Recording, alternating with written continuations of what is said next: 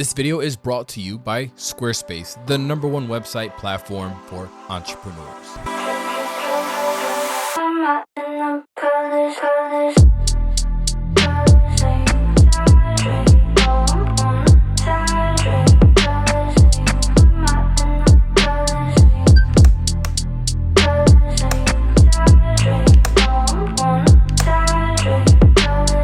This is the brand new Hasselblad X2D 2. Okay, and before we dive into all the nerdy stuff on this camera, I want to find out if it corrected the 5 flaws that I had with the previous X2D. So we're gonna find that out in the studio with Elizabeth Whelan again. Are you tired of me yet? Never. Yes I am. Okay, well, no, I'm kidding. You're paying for your Uber.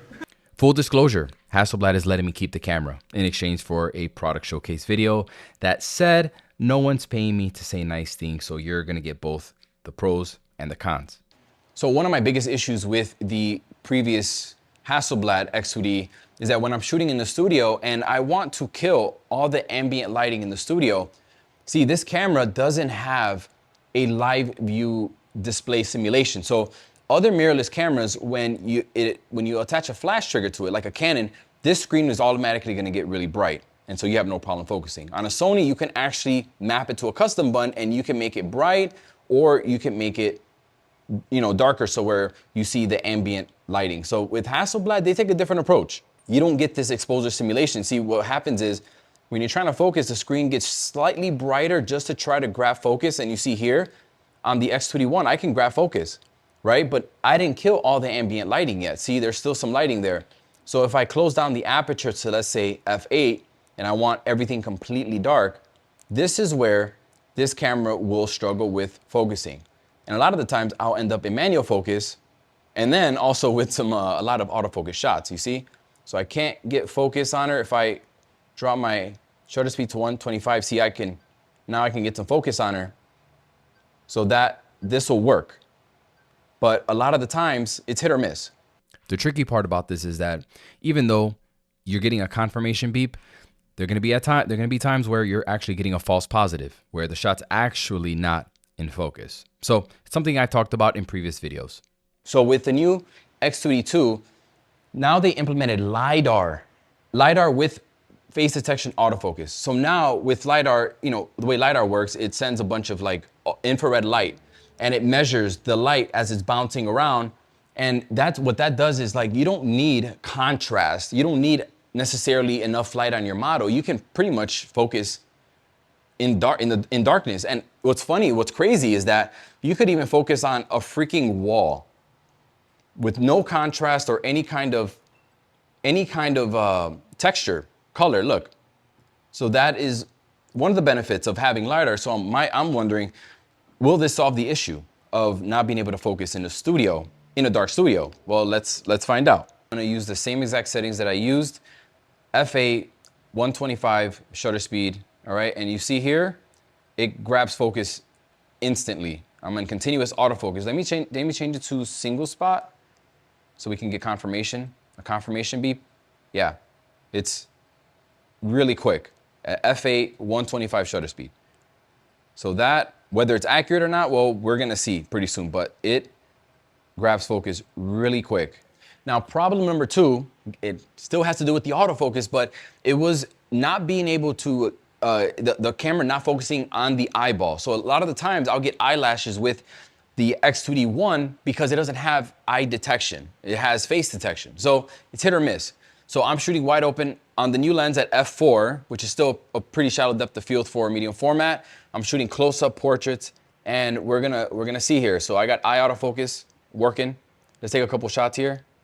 I'm gonna go rapid fire, continuous, 1, 2, 3. So here I wasn't trying to take a nice shot. I just set it up for the test. And out of 19 consecutive shots, only 1 photo was out of focus. So that I find pretty promising. But again, this is just a quick test. Only time will tell as I keep using this camera. Another thing that really annoyed me with the X2D is that this camera doesn't have continuous autofocus, because it's just one of the things you gotta accept about when you use a camera like this. Well, now on the X2D II, you have continuous autofocus along with subject detection, which is really nice.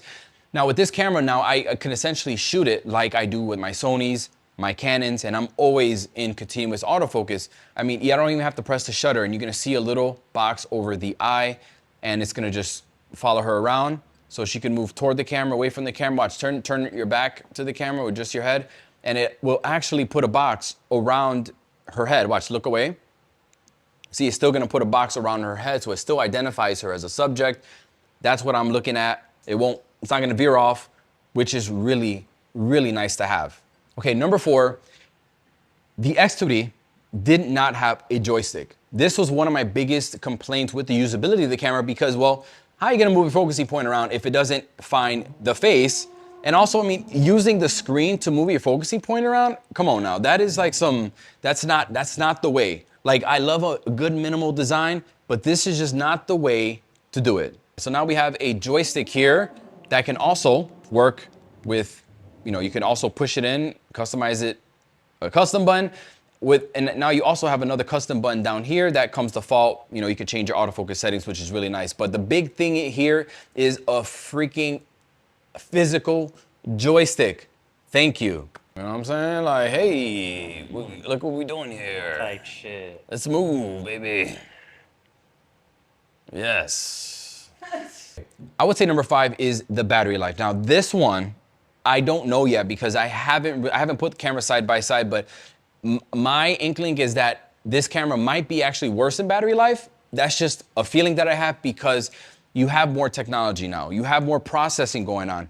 And the battery that I had in this camera is already a little low here, just sitting on idle. It's at 24% when I was at 70%. So yeah, the battery life, we'll find out. But so far, it's not looking good. There's more tech. It is what it is. Now let's actually take some photos now. How about that? So the photography setup that I'm doing today, I'm doing one of my staple 2-light setups. I've got my beauty dish on her left side. Obviously, okay, you got some shade. Yeah, obviously, shameless plug. Manny Ortiz beauty dish. Yeah, I don't see anything wheeling around here. So got haters everywhere. Even I'm saying. The wheels on the camera stand. Other light I have here, I have the FJ800 with the optical spot that is going to be projecting a like vintage style window onto her. So it's a 2-light setup. The key light is this light, okay? I'm gonna have this light. This is gonna be my dominant light. And then I have the beauty dish as a fill light because it's gonna be really dark and shadowy without the beauty dish. So we are connecting to the Focus 2 mobile software, and it's really nice. It's all wireless, and I can tether directly to my iPad, and it's a pretty quick transfer. It took just a couple seconds. So here we go. It shows the album. Okay, we got live. You see, bam. Holla at your boy.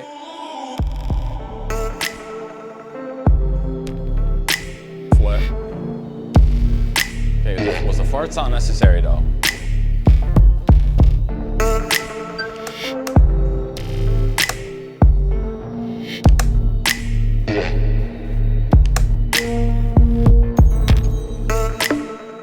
All right, I know, we all love the shiny new thing, but you know what's even more important than the Hasselblad X2D II?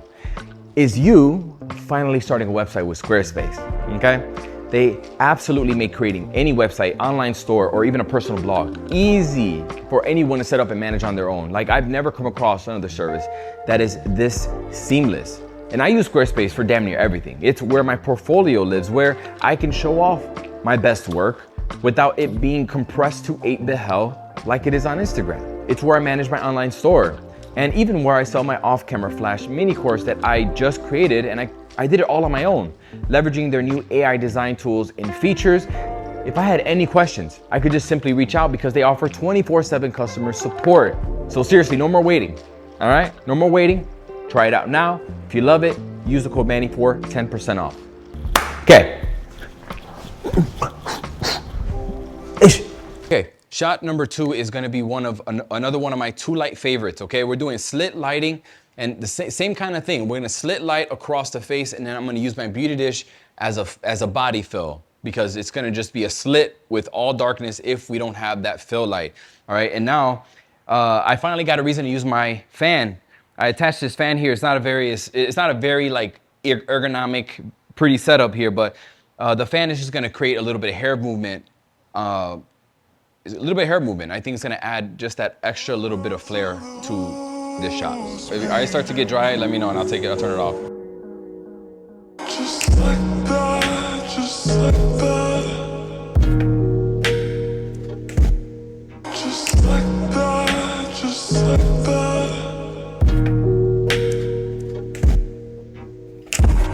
Forever's never gone so fast.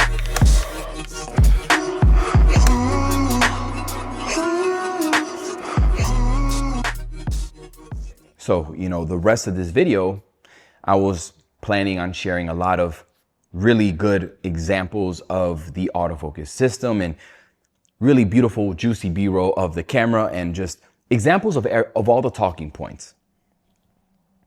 If you follow my Instagram, you'll know that my SanDisk 4 terabyte external SSD that I edit on, it crapped out on me.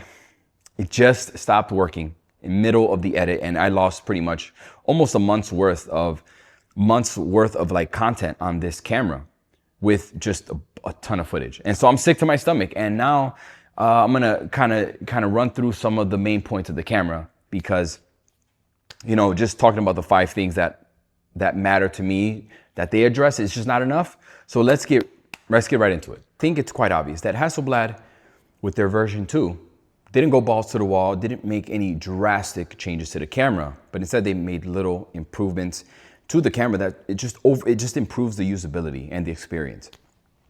But the biggest one, without a doubt, is the autofocus improvement. Now it does something that I don't know of any other mirrorless cameras being able to do, right? So it combines phase detection with Lidar, and it allows you to do things that I just could never do with any other camera, right? Like, for example, look at that plain gray backdrop. I can focus on a plain gray backdrop, and Lidar, which is such a cool technology, it's using lasers. Right? Pretend like I was holding a laser pointer, shining it at the background, and what it's doing, it's measuring how long that light takes to get back to the camera, and that's just kind of how it gauges. Working in combination with phase detection, I mean, I think it's a really cool technology, and it allows you to just, again, do things that you couldn't do with a regular phase detection, pretty much pitch darkness, because it creates its own light. You can get autofocus. Amazing, right? This one has 425 phase detection autofocusing points versus the version 1 where you get 294. You also get, of course, continuous autofocus. One of the biggest, one of the things that I wanted in this camera. You also have subject detection. So you have people, animals, and cars to choose from, or you could just turn it off in general. And then you have some focusing point options now. So you have the small, you have the expand, and now you can even customize your focusing point on here. So if I want to make it, I can make a rectangle, you know what I'm saying? I can make it smaller, larger, I can make it wider. Really cool feature to have. This is something I didn't expect Hasselblad to have. I mean, we're basically just catching up here with continuous and subject detection when almost every other brand has it, but we have this option, and this is just a really cool thing to have. Let me show you another improvement on this camera, but this has more to do with the manual focusing. You now have touch AF in manual focus. So now, let's say if I'm like really out of focus, I can just tap the screen and it'll quickly focus, and now I can just fine tune the focus from there, but now I can just tap. So if I tap on the background, focus is there, focus is here. Now there is another really cool option on this camera. And we see when you go to the focusing menu here, you look at arbitrary tracking. Arbitrary tracking is only applicable to expand spots when you're using AFC mode, right? So basically, I need you to see, this is really cool. Now in the focus menu, if you turn on arbitrary tracking, but that's similar to like Sony's locked on tracking. So you see a strobe, right? I have the expand spot, right? There's no human, there's no subject detection working, but if I hold it, now it's gonna place a box over that object, and now it's gonna track that box throughout the frame. And this would be good if you're tracking people, right? Because you're not always gonna have the face. They might turn their back, and this is going to, you know, be able to track them throughout the frame, but it only works in the expand, doesn't work in any of the other ones. Now let me show you what it's like when you have two subjects. Now, if you have multiple people in the frame, and if you're in wide area, you're gonna see that it puts a box and it identifies this new mannequin here on the left as a subject, as a person. So I can easily just hit the joystick to switch from person to person, from left to right, just similar to all the other, you know, there's cameras like Sony, Canon, Nikon, to switch from subject to subject. And I want you to notice how far it can detect subjects. I mean, they're like 50 yards away and it tracks them easy. Even after these three people walk by, it goes right back to them. Using the joystick, but if you don't want that, you can just change the focusing mode to one of the other more constricted ones. Let's go to expand, and now it's not gonna give you that option. Now you have to actually like have the focusing point near the person to focus on them. Okay, so I almost forgot a small detail. When you're in manual focus and you're trying to line it up to get green, you now get like a haptic feedback, like a small little vibration in the camera to let you know that you are, in fact, in focus. On the Hasselblad X2D 2, you have, I think, the best image stabilization out of any camera out there. So now you get up to 10 stops of image stabilization versus the 7 stops. That was in the version 1. Since all of my nice vacation photos were deleted, well, we're gonna settle for this cute doggy poster on my fridge. And you see at a 1 second exposure at around the same focal length, the X2D2's 10 stop IBIS does show an advantage over the 7 stop. Either that or I have the freaking hands of a surgeon. I mean, I think I got into the wrong field, baby. Look at this. Now the sensor in the X2D2 is the exact same one. Now you have a native ISO of 50, and according to the spec sheet, get a 0.3 in dynamic range. So you have 15.3 stops of dynamic range. In my opinion, that's just neither here or there. You have more than enough, okay? And it's just a thing that I've noticed. I mean, I've been making a lot of medium format videos. My past two, or my past couple, were medium format videos, and what I said in there, and I was cooking when I said this, when it comes to dynamic range, there's only so much that you need. And up until a certain point, if I have to push a file so hard, those are usually files that are not keepers for me. The majority of the time, it's the ones that I don't need to freaking push all the way. But don't get me wrong, I know it's nice to have that advantage there, but that's just a little nugget there. Don't put too much stock into that because the version 1 already was so good. Now you're gonna notice here, one of my favorite parts, when I took this camera out of the box, that graphite gray. So I really wanted their earth tone color, their color combination. It was more for like landscape photographers. And I think that they realized that, oh, we're onto something, because people really I know people were really digging that color scheme. So they even, in my opinion, I love this, the graphite gray color scheme with the new texture on the grip.